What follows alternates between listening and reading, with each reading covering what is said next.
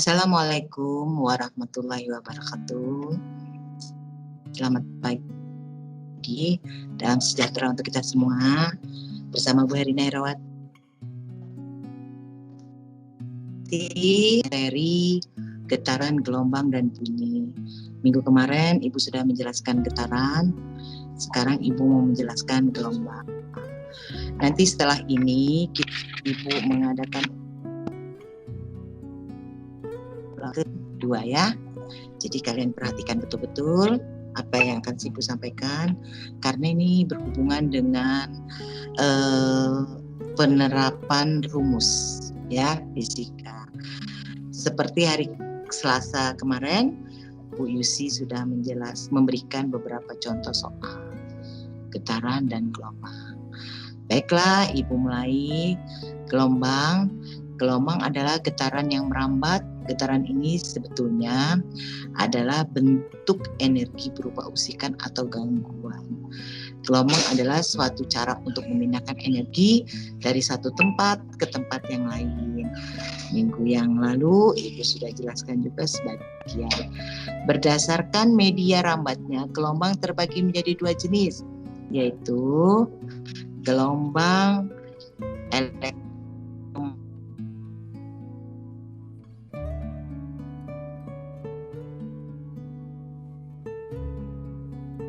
magnetik, gelombang yang tidak memerlukan zat perambatannya. Contohnya gelombang radio, gelombang yang arah getarannya sejajar dan berhimpit dengan arah rambatannya. Ya, seperti menyiarkan, Ibu memberikan pembelajaran kepada kalian menggunakan audio.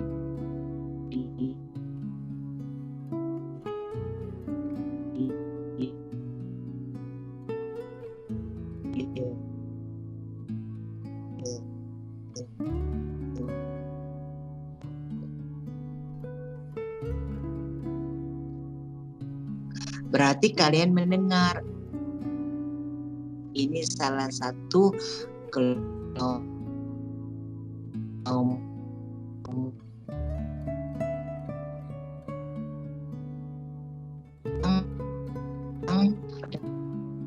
gelombang transversal. Apa sih gelombang transversal itu? Terhadap apa perjalanannya, ya.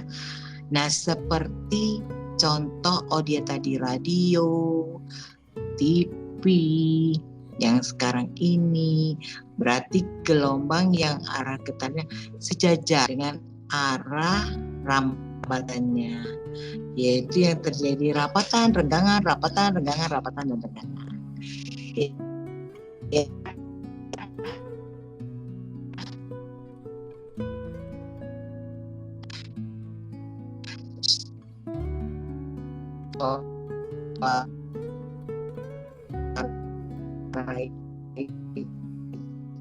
Gelombang itudinal, gelombang yang arah getarnya sejajar atau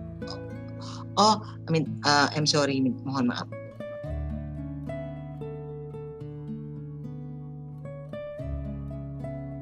Gelombang yang arah getarnya tegak lurus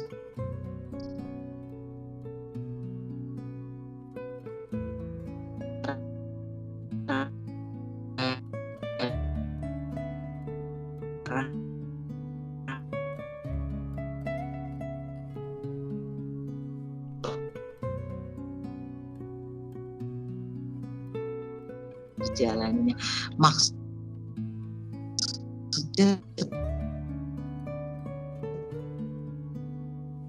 tidak ada kesalahan teknik sedikit ya. Kita bahas satu-satu dulu. Periode adalah waktu yang dibutuhkan untuk waktu yang dibutuhkan untuk terjadi satu gelombang. Berarti satu gelombang kalau transversal terjadi satu bukit dan satu lembah. Tapi kalau long itu renggangan dan rapat. berapa waktunya tersebut?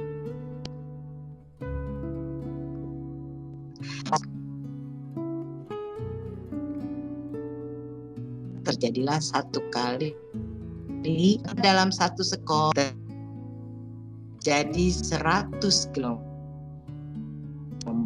Untuk terjadi satu gelombang diperlukan waktu 1/100 sekon, berarti 0,01 sekon.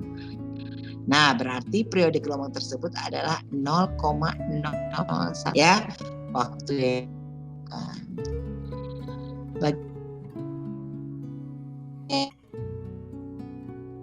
adalah banyaknya gelombang yang kalau dalam hitungan fisika banyak itu dilambangkan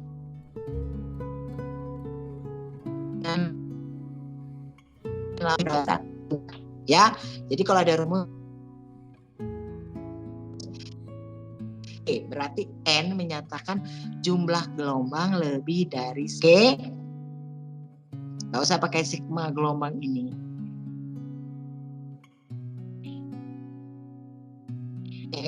Wajib hukumnya dalam fisika menggunakan satu gelombang.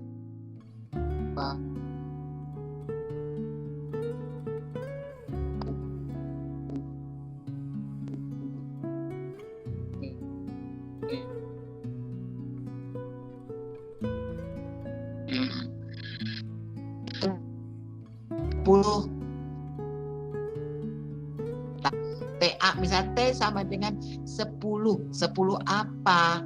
Jadi 10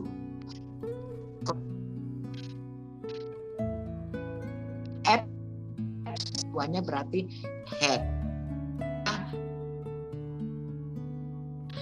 Boleh 2 kali, 3 kali keluaran gelombang ya, seperti itu. Lanjut. Nah, ini contoh soal ya. Periode sebuah gelombang 0,25 sekon.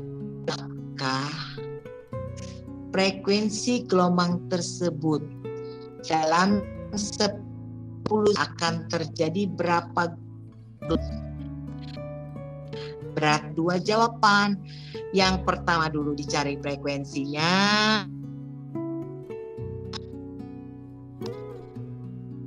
Banyaknya gelombang berarti N-nya. Berarti rumusnya F sama dengan 1/T. Ini waktu 1/T dibagi dengan 0,025 ya. Berarti berapa? Naikkan 100 bagi 5 sama dengan 40 Hz. Berarti ini frekuensi terus gelombang T karena dicarinya adalah N-nya jumlah gelombang, karena P sudah dapat frekuensi sudah dapat. N sama dengan frekuensi kalikan waktu, berarti 40 Hz tadi dikalikan waktu yang diperlukan, maka berapa kalikah getaran, berapa kalikah gelombangnya terjadi? Ternyata 40 kali 10 berarti N-nya adalah 400 buah gelombang. 400 terjadinya gelombang. Ya. Nah, ini contoh soal seperti ini ya. Oke. Sekarang panjang gelombang. Panjang satu gelombang atau panjang gelombang dinamakan lambda. Ini lambang ya, lambda. Ada jarak yang ditempuh oleh gelombang dalam waktu satu periode. Berarti rumusnya lambda sama dengan S dibagi waktu. Ini contoh. Periode suatu gelombang adalah 0,1 sekon. Dalam 1 sekon, gelombang menempuh jarak 10 meter. Dengan demikian, Panjang gelombang tersebut adalah S per T, ya, kalikan panjang gelombang lambdanya. Berarti ini jarak tadi 10 dibagi 1 sekon, dikalikan ini periodenya, berarti sama dengan 1 meter, ya, panjang gelombangnya. Lambda sama dengan S per periodenya dulu dicari. Periode jarak yang ditempuh tadi 10 dibagikan 1 sekon. Nah, dikalikan 0, periodenya. Maka 1 meter panjang gelombangnya, ya. Oke, lanjut. Cepat rambat gelombang. Kelajuan rapat gelombang adalah besarnya jarak yang ditempuh oleh gelombang tiap 1 sekon. Ini rumusnya. Ini cepat rambat gelombang, ini jarak, dan ini waktu. Ya. Jadi P ini kelajuan, satuannya meter per sekon, jarak yang ditempuh meter, T ini waktu yang ditempuh. Ya, ini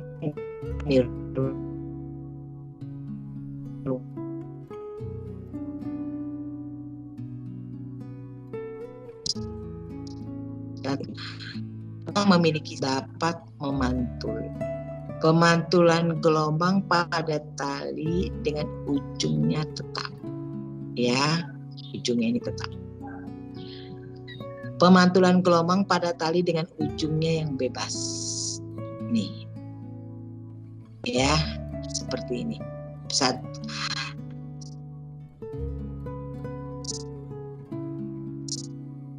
Saat tercetak, nah ini terpantul di sini.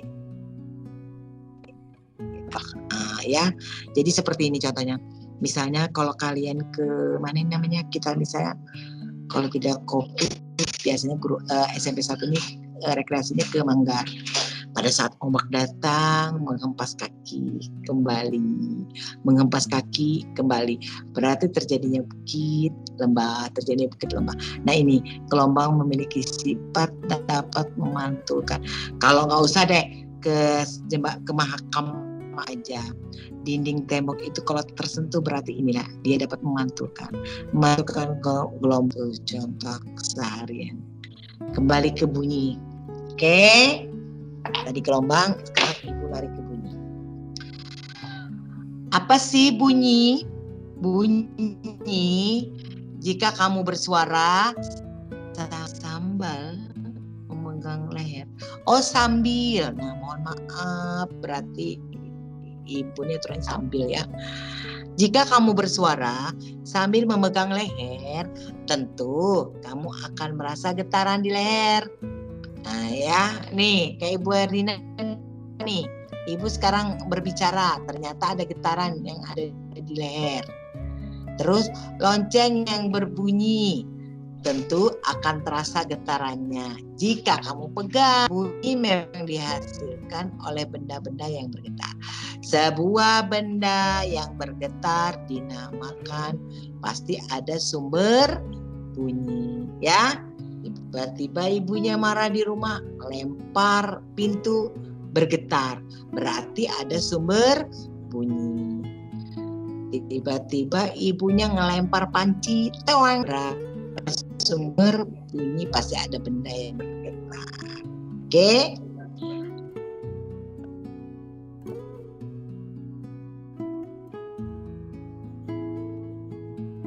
Bunyi, getaran dapat menghasilkan bunyi yang dapat didengar. Jadi kalau tidak terdengar bunyi, berarti tidak ada benda yang bergetar, ya. Oke. Jadi syarat bunyi getaran sebuah benda, hasil getaran benda, ya. HP-nya berbunyi berarti bergetar, ya. Oke, lanjut. Nah, sekarang perhatikan di sini. Jenis-jenis bunyi berdasarkan frekuensi. Bunyi itu terbagi menjadi 3. Ultrasonik, audiosonik, infrasonik. Apa sih ultrasonik? Ultrasonik frekuensi lebih dari 20. Oh, seharusnya Ibu bahas intra dulu ya. Ini yang besar, intra dulu. Intrasonik frekuensinya kurang dari 20.000 Hz. Tidak didengar telinga manusia. Kenapa? Siapa yang mendengar ini? Nah, ternyata yang mampu mendengar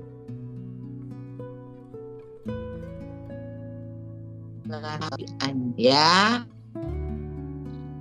Nah, ini ini adalah hewan-hewan yang manusia tidak mendengar, di bawah dari pendengaran manusia. Jika kalian mendengar, kita tidak bakalan tertidur nyenyak. Kenapa? Karena anjing saja pada saat mendengar atau melihat dia akan menggonggong seperti merintih. Kita kadang-kadang, loh kenapa tiba-tiba anjing itu menggonggong merintih seperti ada sesuatu. Nah, inilah yang didengar ya. Inilah yang dilihat ya. Nah, seperti itu kalau ke kelelawar ultra. Nah, seperti itu. Jangkrik bersuara, tapi kita tidak tahu apa sebabnya jangkrik bersuara, karena dia mendengar suara yang ini di bawah yang kita tidak dengar.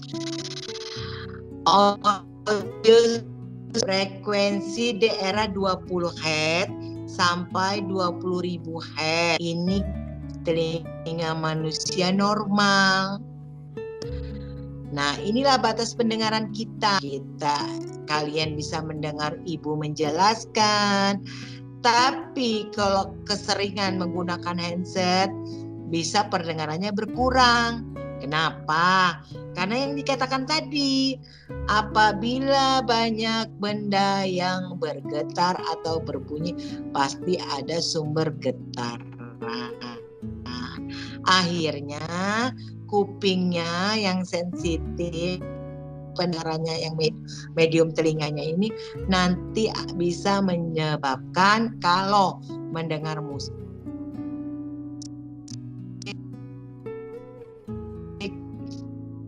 yang lebih getarannya keras, otomatis nanti onderdil atau urat-urat bagian telinga itu akan melemah. Ya. Jadi bisa mengakibatkan kurangnya pendengaran manusia. Terus yang ketiga, ultrasonik. Frekuensi lebih dari 20.000 Hz. Tidak terdengar telinga manusia. Nah, ini pendengaran yang lebih tinggi. Seperti contoh pesawat jet, pesawat haji, lumba-lumba, kelelawar. Anjing juga, karena dari sinar sorot matanya. Makanya kenapa anjing biasa digunakan polisi untuk mendeteksi atau mengetahui sumber-sumbernya. Karena itu dia memiliki penglihatan yang menggunakan ultranya ini. Sama dengan lumba-lumba. Lumba-lumba kenapa di laut itu tidak nabrak kapal besar? Karena dia punya sinyal ultrasonik yang lebih kuat. Nah ya, tuh kenapa kita naik pesawat telinga kita berdengung. Karena ini suara yang tadinya kita hanya mampu segini, dia lebih dari ini. Ya, terus di bidang kedokteran untuk mendeteksi janin yang ada di dalam kandungan ibunya, untuk mendeteksi jantungnya, untuk mendeteksi bagian-bagian tubuh, tulang. Nah, ini yang menggunakan alat yang namanya ultrasonik. Terus untuk mengetahui kedalaman menggunakan ultrasonik ini. Oke ya. Nih jenis-jenis bunyi berdasarkan frekuensi. Beberapa hewan yang dapat menangkap infrasonik dan ultrasonik. Ya, seperti kata-katanya, ternyata infrasonik jangkrik dan anjing. Kalau ultrasonik, kelelawar dikenal memiliki radal alami, ikan paus, dan ikan lumba-lumba. Ibu punya pohon kelengkeng, buahnya banyak banget. Ibu senang karena menurut ibu nggak usah dibungkus. Ternyata ini si kelelawar ini memiliki indera ultrasoniknya lebih kuat, radarnya lebih tinggi. Dimakannya lah kelengkeng ibu itu yang lebatnya banyak, sampai kalau mau dijual tuh berkarung-karung kali. 3 hari selesai. Nah, karena dia punya radar alami. Karena dia mencari makannya, sementara siangnya dia tidak bisa karena tidak mampu melihat sinar matahari tersebut. Ya, ini waktunya mau habis. Ibu jelaskan dulu sedikit ini. Jenis-jenis bunyi berdasarkan frekuensi. Pemanfaat ultrasonik yang pertama menghancurkan tumor atau batu ginjal di kedokteran nih. USG, ultrasonigrafi, untuk mempelajari dalam bagian tubuh yang tidak boleh kena sinar X yang berbahaya. Untuk deteksi dan komunikasi sonar